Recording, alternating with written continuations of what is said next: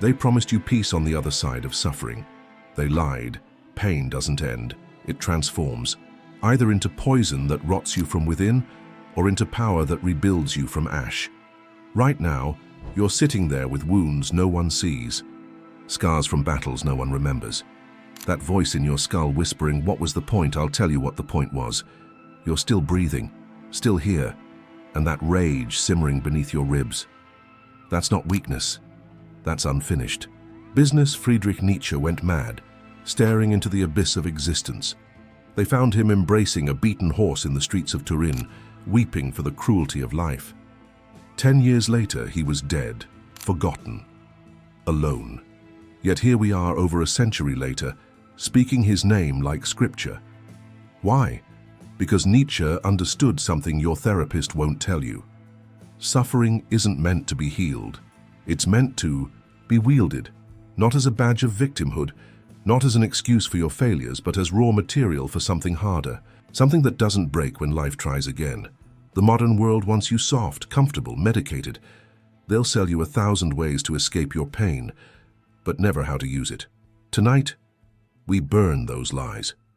This isn't about becoming unbreakable. Nothing is unbreakable. This is about becoming something worse, unforgettable, the kind of man who turns crucifixion into resurrection, who makes his demons work for him. You've already paid the price in blood. Now let's see what you can build with it.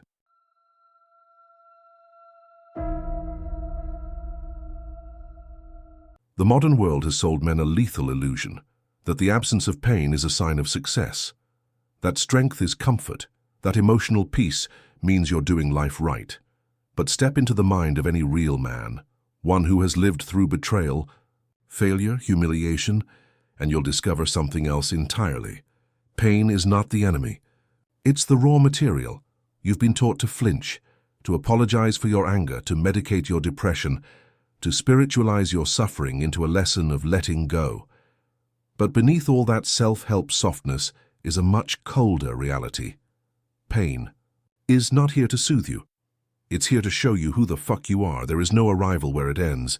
There is no summit where pain stops and peace begins. Because the truth, the one nobody wants to say out loud, is that life doesn't care about your comfort. Life's entire job is to confront your illusions until they shatter. This is why the idea that pain weakens you is not just wrong, it's dangerous. It breeds men who fold, who crumble at the first insult, retreat at the first failure, question their worth the moment they feel alone. But let's go deeper. Why is this lie so seductive? Because it appeals to your wound. The one that tells you love must be earned by being harmless. That strength will make you unlovable. That if you harden, no one will stay. This lie is ancient. It begins with the boy who cries and is told to toughen up, but when he does toughen, they say he's cold.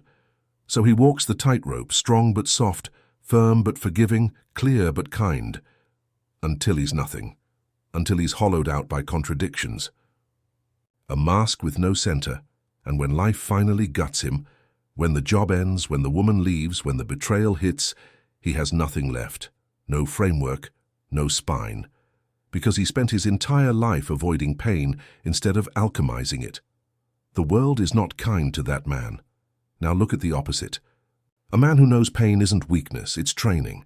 Every heartbreak, every failure, every humiliation, it's a strike to the forge. He doesn't romanticize it. He doesn't need to feel good about it. He just takes the hit and hardens. This is not stoicism as a posture.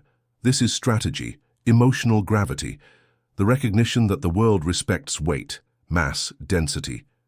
Not performance. Weakness isn't crying. Weakness is crying to be rescued.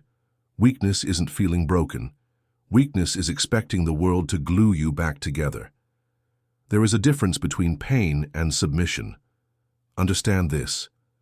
Pain can either be used to fortify your presence or fracture your identity. The choice is always yours, and society doesn't want you to know that.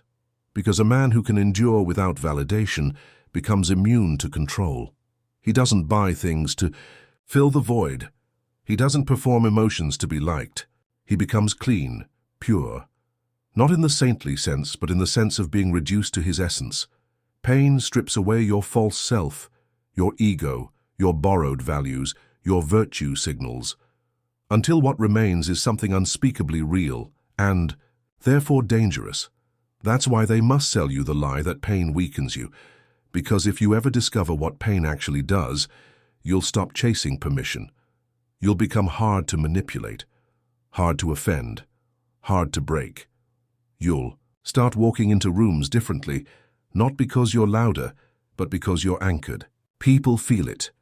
That unspoken energy of someone who has suffered well, suffered without applause, and came out quieter, but infinitely more lethal.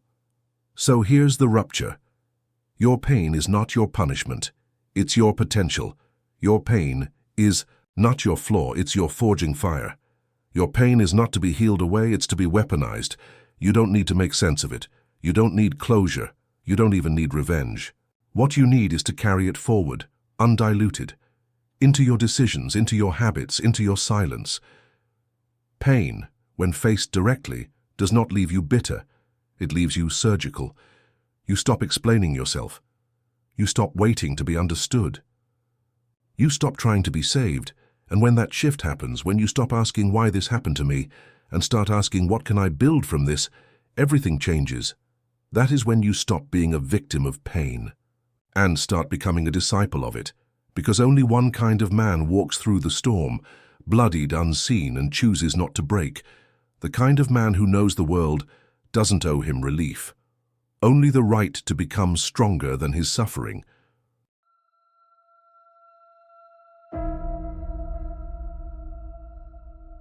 He died in madness, forgotten by the very world he once tried to warn, eyes hollow, mind fractured, body collapsed. But Friedrich Nietzsche did not lose. He became immortal, not despite the suffering, because of it. This is the part they don't teach.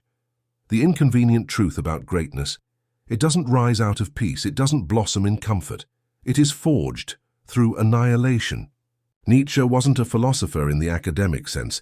He was a man who bled on the page, who wrote not to be understood, but to survive. You think you've suffered? Good. Then you're ready to hear the real story. Nietzsche lived a life most men would call a curse. Constant physical illness, blinding migraines, partial blindness, chronic isolation, romantic rejection, academic betrayal. And beneath all of it, a furnace of intellect so volatile it set fire to every institution he touched. He didn't fit in, because the world he saw was diseased, and he knew it. Christianity had become a morality of weakness. Society had traded excellence for equality. Men had been trained to tame their instincts, to be good instead of being great, and Nietzsche refused. But that refusal came at a price. He paid for his insight with exile. He paid for his defiance with insanity. By the end, he wasn't just broken, he was crucified by his own mind. But let's stop romanticizing and get surgical. Nietzsche's crucifixion wasn't a metaphor, it was neurological collapse.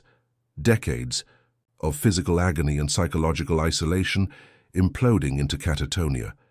And yet, before that final descent, he wrote with a clarity so violent it split history in half. Thus spoke Zarathustra: beyond good and evil, the genealogy of morals. Not books, weapons. He didn't write for applause. He wrote to dismantle illusions. He didn't teach men to feel better. He taught them to become fire. The Übermensch was not a hero. He was the man who endured meaninglessness and still chose to create meaning. The man who saw that God was dead and didn't collapse in despair, but declared, "I will become the meaning." This is why Nietzsche still breathes today.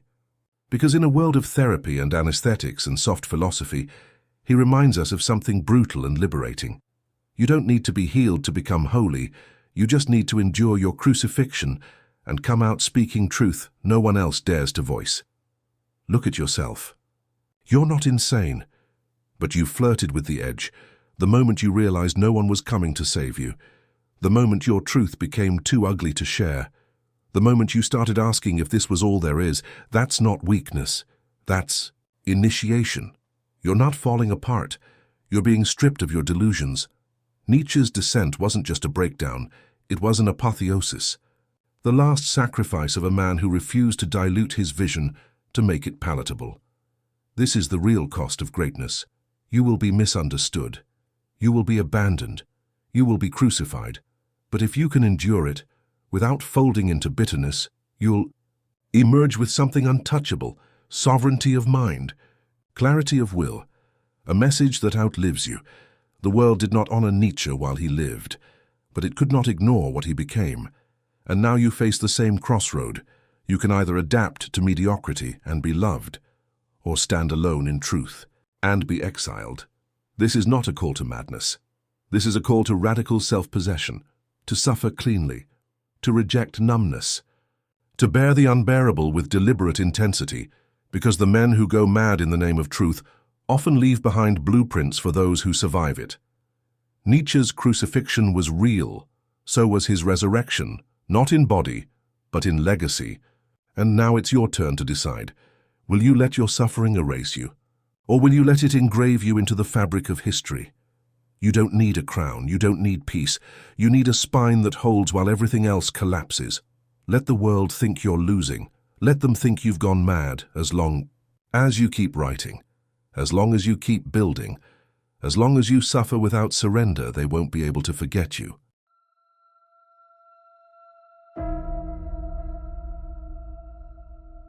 You want to be whole, you want to be strong, but there's a part of you that keeps sabotaging everything. It hides behind your logic. It wears the mask of being a good man, but underneath it is feral, ashamed, full of knives. Carl Jung called it the shadow, and you've been running from it your entire life, not because it's evil, but because it's honest. It remembers every humiliation, every betrayal, every time you were made small. It remembers the rage you swallowed, the desires you disowned, the parts of you that were too much, so you buried them to be accepted. But here's the truth you were never told. What you bury doesn't die. It becomes you from the inside out.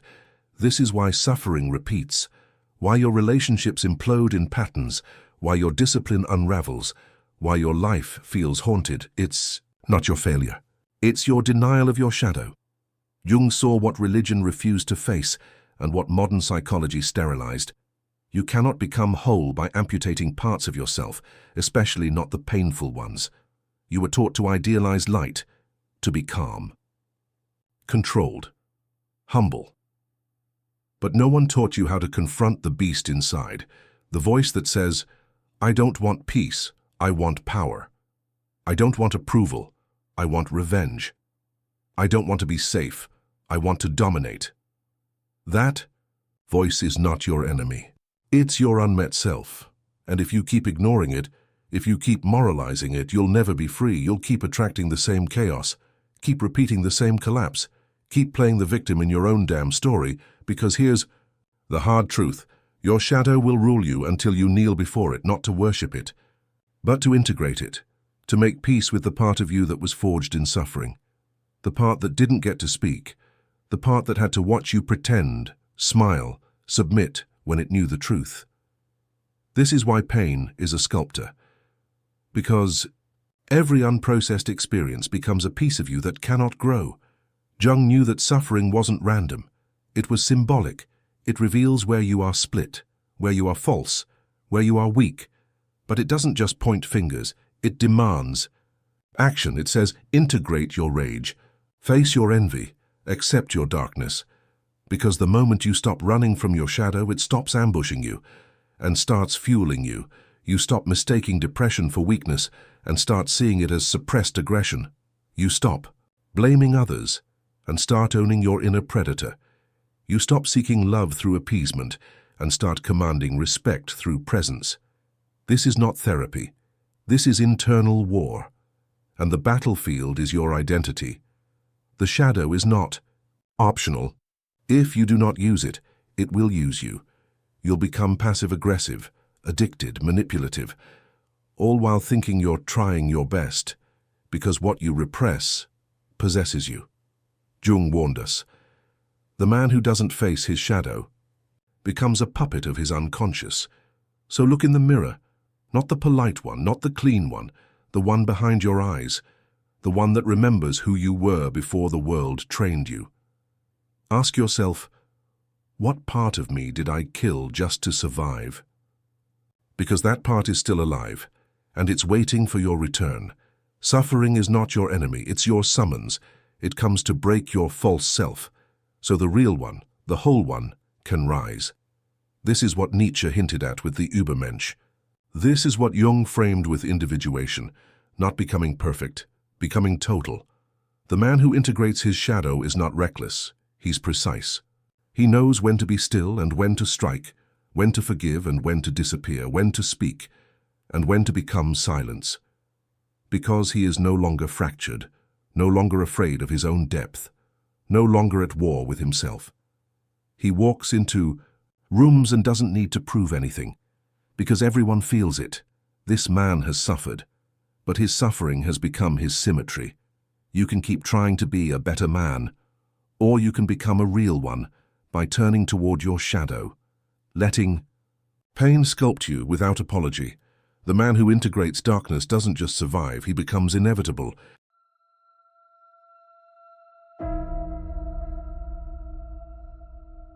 There is a path no one talks about, not in schools, not in churches, not even in most men's circles, because it doesn't sell, because it doesn't comfort, because it demands too much. It's not the path of success, not the path of enlightenment. It's the masculine path, and it's lined with scars you are never allowed to show. This path doesn't reward you for trying. It doesn't celebrate your emotions. It doesn't hold your hand while you weep over your lost potential. It's a path made of silence, of discipline without applause, of internal agony disguised as stoicism. Not because men don't feel, but because on this path, feeling doesn't grant you immunity. Marcus Aurelius knew this. He ruled Rome, suffered unimaginable losses, buried his children, and still wrote, "You could leave life right now. Let that determine what you do and say and think." No excuses, no entitlement, just presence, precision, purpose. But in today's world, this path is nearly forgotten, replaced by performance, by fragile egos in muscular bodies, by loud voices masking a lack of inner weight. Real masculinity isn't about dominance over others, it's about dominion over self. That's why this path is so brutal, because it begins where your comfort ends, when no one claps for you, when your woman no longer looks at you the same, when your friends don't call back, when your paycheck isn't enough, when your dreams mock you instead of motivate you, and you still get up, still train, still plan, still protect, with no praise, no spotlight, no guarantee. This isn't motivation, it's spiritual warfare. And most men fold, not because they're weak, but because they were lied to. They were told their worth comes from validation, that strength should be soft, that leadership is toxic. That masculine power must be sanitized, corrected, domesticated. But here's the truth. The world needs men who are dangerous, yet disciplined. Men who have bled, but remain unbroken. Men who do not speak their values, they embody them. The masculine path is built in secret, in early mornings, in lonely nights, in acts of protection no one notices, in responsibilities that no one will thank you for. And the more you walk it, the more invisible you become. Because you're not loud, you're not needy, you're not chasing praise, you're building something harder to destroy than reputation, character. But make no mistake, this path extracts its price. You'll lose softness, you'll lose illusions, you'll lose people who loved your weakness because it made you easy to control. But you'll gain something else, inner weight, the kind that cannot be taught, the kind that makes other men nod in quiet respect. The kind that makes women feel safe without knowing why. The kind that doesn't need to dominate, because it is dominance. This is not toxic masculinity. This is timeless masculinity, the kind forged in Marcus Aurelius, in Musashi, in Goggins, men who suffered without spectacle, who carried pain like a weapon, who chose duty over emotion, who bled but didn't break. Look at your own life, the betrayals you swallowed, the responsibility you carried alone, the nights you doubted your own worth and still kept going. That wasn't weakness, that was initiation. The world won't recognize it, but your soul does. Every time you choose discipline over chaos, silence over complaint, honor over ease. You leave behind your boyhood and step into the sacred loneliness of real manhood. It won't make you famous, it won't make you rich. It will make you unshakable, because in a world of emotional fragility and moral confusion, a man who walks this path becomes a pillar, not for attention, but because he must, because the house is burning, and someone needs to walk into the flames without flinching. Let it be you.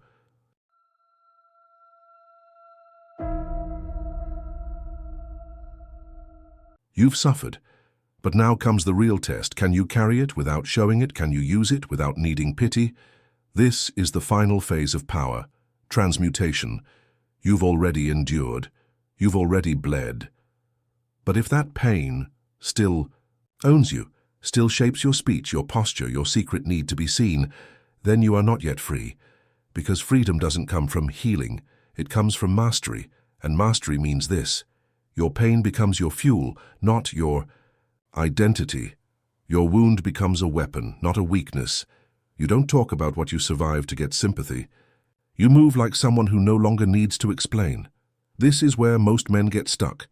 They either hide their pain and rot from the inside, or they flaunt their pain and beg for emotional charity. But there is a third way, harder, colder, cleaner. Transmute.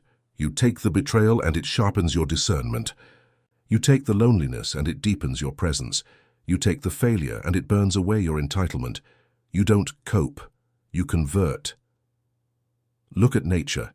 Pressure doesn't create excuses, it creates diamonds. Heat doesn't apologize. It forges steel. And your pain, when held with silence and discipline, can do the same, but only if you let it mature. Only if you resist the temptation to be seen as a victim. Because once you ask for pity, you give away your power. The world has no obligation to feel sorry for you, and you shouldn't want it to. Pity is a currency for those who don't intend to rise. It buys attention, it buys temporary relief, but it robs you of inner sovereignty, so let them misunderstand you. Let them think you're cold, detached, intense. They don't know what it costs to become indestructible, because transmutation is lonely. You cry alone, you plan alone, you win alone. And when the reward finally comes, if it comes, you don't even need it anymore. You've already become the thing you were chasing. Understand this: transmuted pain is the most lethal form of power. Why? Because it doesn't need the world. It doesn't flinch when ignored. It doesn't crumble under pressure. It builds quietly, moves strategically, waits patiently. Think of the men you truly respect, not the influencers, the real ones. They carry themselves like weapons. They speak with surgical precision. They aren't loud. They don't brag. But you feel the weight of their presence. That weight was bought with pain, transmuted, not performed. They didn't get there by journaling their way out. They got there by standing in the fire and becoming flame. So now ask yourself, have you used your pain, or are you still trying to escape it? Because until you own it fully, without needing to be understood, it still owns you. You don't need closure. You don't need apologies. You don't even need justice. You need to become so unreasonably disciplined, so dangerously composed, that no part of you seeks softness from the world, because once you stop needing to be seen, you become impossible to ignore. This is what Nietzsche meant by becoming who you are. This is what Jung meant by individuation. This is what Goggins became when no one believed him, and he outran everyone. They weren't chasing pity, they were building permanence. Your pain was not given to you to soften you, it was given to strip you down, until only the essential remained. Now wield it, silently, strategically, without flinching, not to be admired, to be untouchable. You weren't made to be understood. You were made to be undeniable. The world won't clap for your pain, but it will bow if you turn it into power. No one's coming. No hand on your shoulder, no savior in the mirror. Just you, your scars, and the choice to become dangerous without losing your depth. So now ask yourself, not will they accept me, but can they ever forget me? This is not motivation. This is your resurrection. Drop a comment below if you're walking that silent path. Subscribe if you're building yourself into something no one can break. This channel is for men who don't need saving, only sharpening. And if that's you, welcome home.